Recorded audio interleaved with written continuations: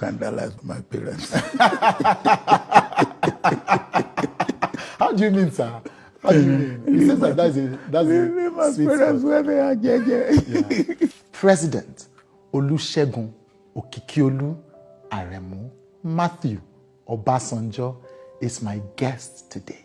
Success to me is when you leave a place better than you find it. We talk about his legacy. This man whom some have called the father of modern Nigeria, that some have said is the most consequential Nigerian alive. I ask him what he wants to be remembered for. What is the legacy that you most want to be remembered for? That I came here and God was immeasurably kind to me and showed his grace on me. And I thank God for that. And how some milestones of his life have defined that legacy. I asked frank questions. He gave me frank answers about third term. Now, the governors are some of them, but they were doing it for themselves. How so? Because if the president gets third term, they too will also get third term. Right. About allegations that he is corrupt. If others don't know how to raise funds to do this type of thing, then don't cast aspersion on those who do. I was, for 10 years almost, a member of Board of Trustees of Ford Foundation. I know how to raise funds for almost 10 years, including part of when I was in prison, which they paid me for. About vindictiveness. EFCC investigated Ibori, and they found Ibori has misappropriated about $200 million. Then he thought he was being clever.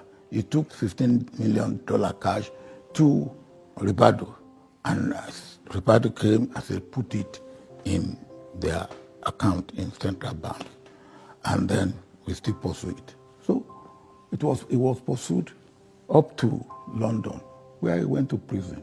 So if that is vindictiveness, I would say let Nigeria have more of such vindictiveness.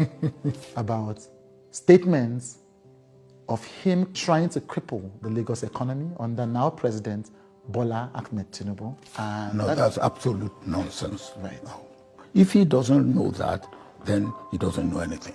Right. But what do you say to that charge? So is he that one that make him to have alpha beta? Huh?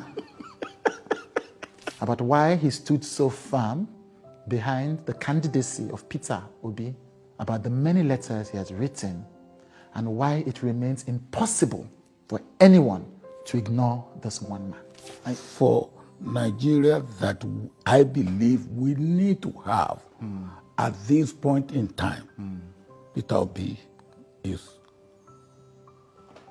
Still the man. That's all. And he has given me the interview of a lifetime. So what suits people politically, they will say or do, not what they believe, right, or what they mean. So I don't go by what people say, I go by what people do. You've lived through Nigeria's history, you've seen it all. You know, I envy your life, sir. If I lived half the life you've lived, it would be a great life indeed. President Obasanjo did not flinch at any point, and I'm honored that he invited me to his office and had what will be an interview for the books with me on With Today. Welcome to history.